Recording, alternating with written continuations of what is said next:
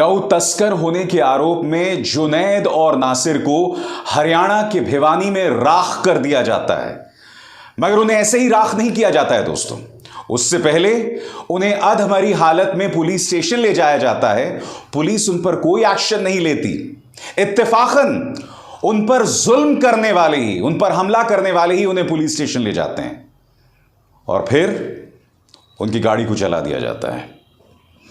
मुझे याद आता है दोस्तों, आज से कई साल पहले देश के प्रधानमंत्री नरेंद्र मोदी ने उन लोगों पर टिप्पणी की थी जो गौरक्षा के नाम पर हुंडई करते हैं, गुंडागर्दी करते हैं।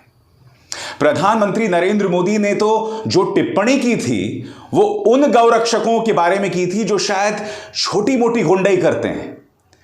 मगर जो आरोप मोनू मानेसर पर है या उसके साथियों पर है, जिसके चलते अब तक एक व्यक्ति रिंकू सैनी की गिरफ्तारी हुई है, वो तो और भी ज्यादा गंभीर है। और सबसे शॉकिंग बात, ये मोनू मानेसर जो अब तक फरार है दोस्तों, अब तक फरार है, उसकी तस्वीरें पुलिस के बड़े बड़े अधिकारियों से लेकर भारतीय जनता पार्टी के शीर्षस्थ नेताओं के साथ है। आज मैं देश के प्रधानमंत्री नरेंद्र मोदी को उनके पुराने बयान की याद दिलाना चाहूंगा।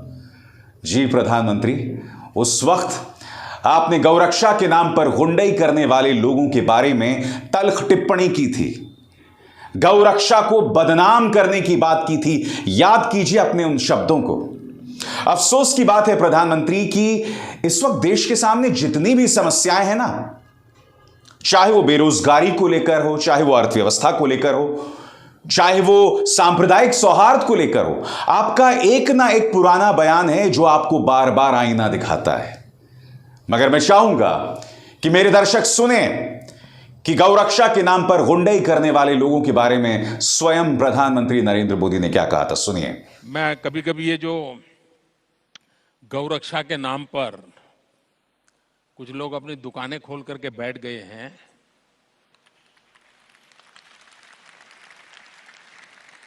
मुझे इतना गुस्सा आता है। गौ भक्त अलग है, गौ सेवक अलग है। मैंने देखा है कि कुछ लोग जो पूरी रात एंटी सोशल एक्टिविटी करते हैं, कुछ लोग, लेकिन दिन में गौरक्षक का चोला पहन लेते हैं।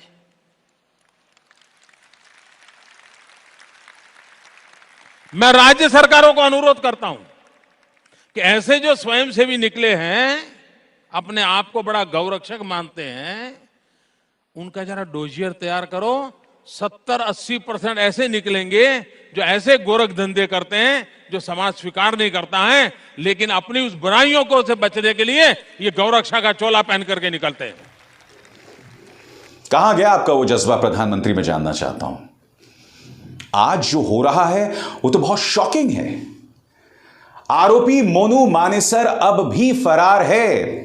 दोस्तों, मोनू मानेसर की फोटो सिर्फ भारतीय जनता पार्टी के नेताओं के साथ नहीं है। मोनू मानेसर की फोटो जो है वो पुलिस के बड़े बड़े अधिकारियों के साथ है, जिससे पता चलता है कि मोनू मानेसर के तार कहां तक थे। पहली तस्वीर में देखिए दोस्तों, superintendent of police Rajesh Duggal के साथ यह तस्वीर खिंचवा रहा है। इस दूसरी तस्वीर में देखिए, additional superintendent of police Bipin Sharma मुस्कुराते हुए मोनू मानेसर के साथ फोटो खिंचवा रहे हैं। इस तीसरी तस्वीर में आप देख सकते हैं, इस खूबसूरत साड़ी में जो महिला खड़ी हुई हैं उनका नाम है आईपीएस ऑफिसर भारती अरोड़ा। और आखिरी तस्वीर में कमिश्नर ऑफ पुलिस कला रामचंद्रन।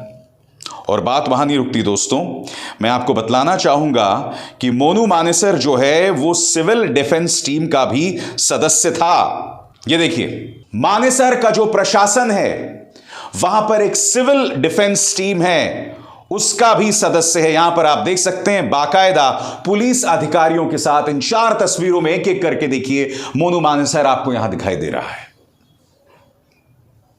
ये तमाम तस्वीरें बताती हैं कि कुछ लोग जो कानून को हाथ में उठाते हैं, गौ रक्षा के नाम पर कानून किस तरह से उनको लेकर आंखें मूंद देता है।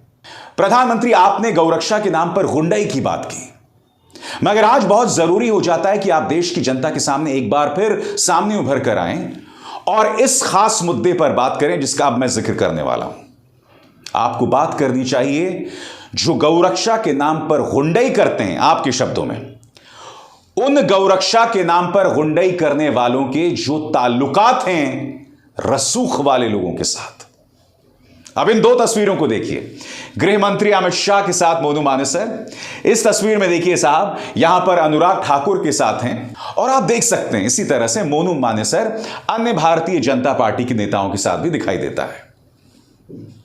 यानी कि गौरक्षा के नाम पर हुंडई, उसे प्रशासन शह भी दे रहा है जिसमें बड़े बड़े पुलिस ऑफिसर्स के साथ यह व्यक्ति है, और फिर भाजपा के नेताओं के साथ भी है, और आज तक वो व्यक्ति फरार चल रहा है।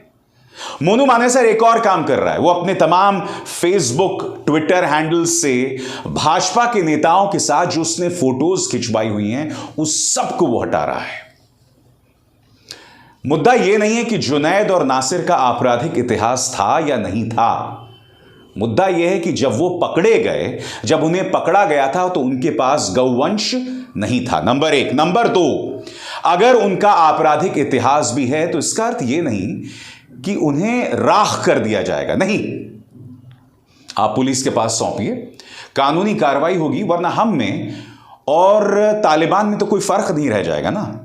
हम में और पाकिस्तान के उन सूबाई इलाकों में कोई फर्क नहीं रह जाएगा जहां आज भी जो है कबीले का कानून चलता है, कबीलाई कानून चलता है।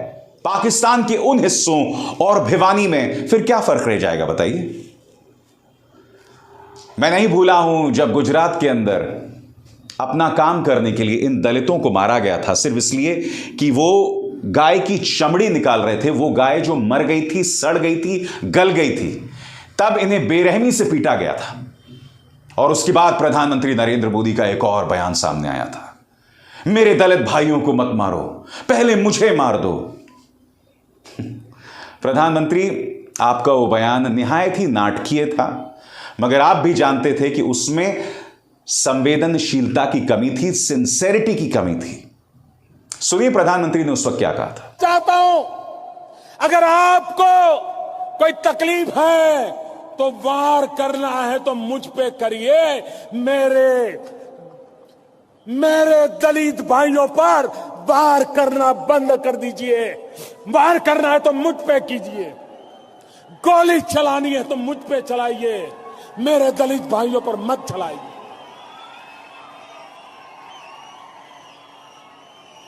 ये खेल बंद होना चाहिए। प्रधानमंत्री नरेंद्र मोदी का यह बयान जब सामने आया था, उसके ठीक बाद उत्तर प्रदेश के चुनाव थे। आप जानते हैं प्रधानमंत्री नरेंद्र मोदी की खूबी है, वो जो भी बयान देते हैं ना, वो हमेशा इस बात का ध्यान रखते हैं कि इन बयानों के राजनीतिक मायने क्या हैं, मेरे इस बयान से मुझे क्या राजनीतिक फायदा मिलेगा। जब गुजरात में इस तरह से दलितों को बेइज्जत किया गया था, तब उसके बाद प्रधानमंत्री ने वो बयान दिया जो अभी अभी मैंने आपको सुनाया, क्योंकि उसके बाद उत्तर प्रदेश के चुनाव थे। तो जाहिर सी बात है प्रधानमंत्री का फोकस अपने वोट्स पर था, अपने दलित वोटों पर था। इसलिए प्रधानमंत्री जब भी जो बयान देते हैं ना, उसके पीछे हमेशा राजनीति होती है। आज मोनू मानेसर जो है वो आपको आईना दिखा रहा है प्रधानमंत्री जी। जी हां, पूरी बीजेपी को आईना दिखा रहा है। मैं आपको एक और मिसाल देता हूं, आपकी स्क्रीन पर यह है बजरंग मुनि। ये व्यक्ति जो इससे पहले भड़काऊ बयान देता रहा है, और इस व्यक्ति के भड़काऊ बयान के बारे में ट्विटर पर ट्वीट करने के चलते मोहम्मद जुबैर को जेल भेज दिया गया था। अब उसने एक और बयान दिया है, वो मुसलमानों के नरसंहार की बात कर रहा है। मैं वो बयान आपको नहीं सुनाना चाहता हूं दोस्तों, मगर उसने बयान दिया है। सरकार के नुमाइंदे एएसजी, अटॉर्नी सोलिसिटर जनरल ने, जानते हैं बजरंग मुनि के समर्थन में अदालत में क्या कहा था। बजरंग मुनि एक सम्मानित धार्मिक नेता हैं सीतापुर में। एक बार आप उन्हें नफरती यानी हेट मॉन्गर बुलाएंगे तो इससे हिंसा को बढ़ावा मिलेगा। मगर मैं आपसे एक सवाल पूछना चाहता हूं, जो व्यक्ति अपनी जुबान के जरिए जहर उगलता रहेगा, नफरती बातें करते रहेगा, क्या उस पर कोई एक्शन नहीं होना चाहिए। मोनू मानेसर वाला मामला आज की तारीख में भारतीय जनता पार्टी के लिए सबसे बड़ा आईना है दोस्तों।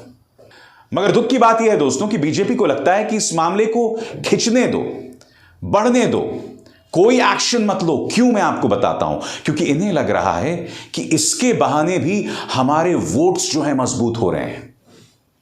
जी हां, नफरत के सहारे भी हमारे वोट्स मजबूत हो रहे हैं। आज मैं एक बहुत बड़ी बात कहने वाला हूं। मैं आपसे एक बात समझने का प्रयास करता हूं कि मध्य पूर्व में, खाड़ी के देशों में अक्सर नफरत के सहारे वहां जो कट्टर मौलाना होते हैं वो बार बार ये जतलाने का प्रयास करते हैं कि भाई इस्लाम खतरे में है। मगर उनकी जो सोच होती है ना दोस्तों, अक्सर दूसरे धर्मों के प्रति नफरत जतला के होती है।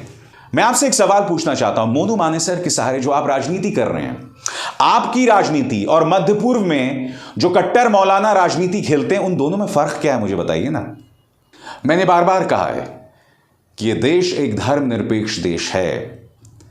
इस देश की आत्मा इस देश के हर नागरिक में बसती है, चाहे वो जिस धर्म का भी हो। हम लोग अलग अलग धर्म के हो सकते हैं और जाहिर सी बात है अलग अलग धर्म के होने के नाते हमारा रहन सहन अलग है। एक हिंदू एक मुसलमान जैसा नहीं हो सकता, एक मुसलमान एक हिंदू जैसा नहीं हो सकता, एक सिख एक हिंदू या मुसलमान जैसा नहीं हो सकता। हमारे धार्मिक रास्ते अलग हैं, मगर हम सब के अंदर भारत की आत्मा बसती है। और वो जो भारत की आत्मा है ना, वो हमारे देश के मुसलमान को दूसरे देश के मुसलमानों से एकदम जुदा बनाता है। बेशक इस देश का मुसलमान दूसरे देशों के मुसलमानों से धर्म के जरिए जुड़ा हो, मगर वो जो भारत की आत्मा है उसके अंदर, वो जो भारत का जुनून है ना, वो उसे सबसे जुदा बनाता है।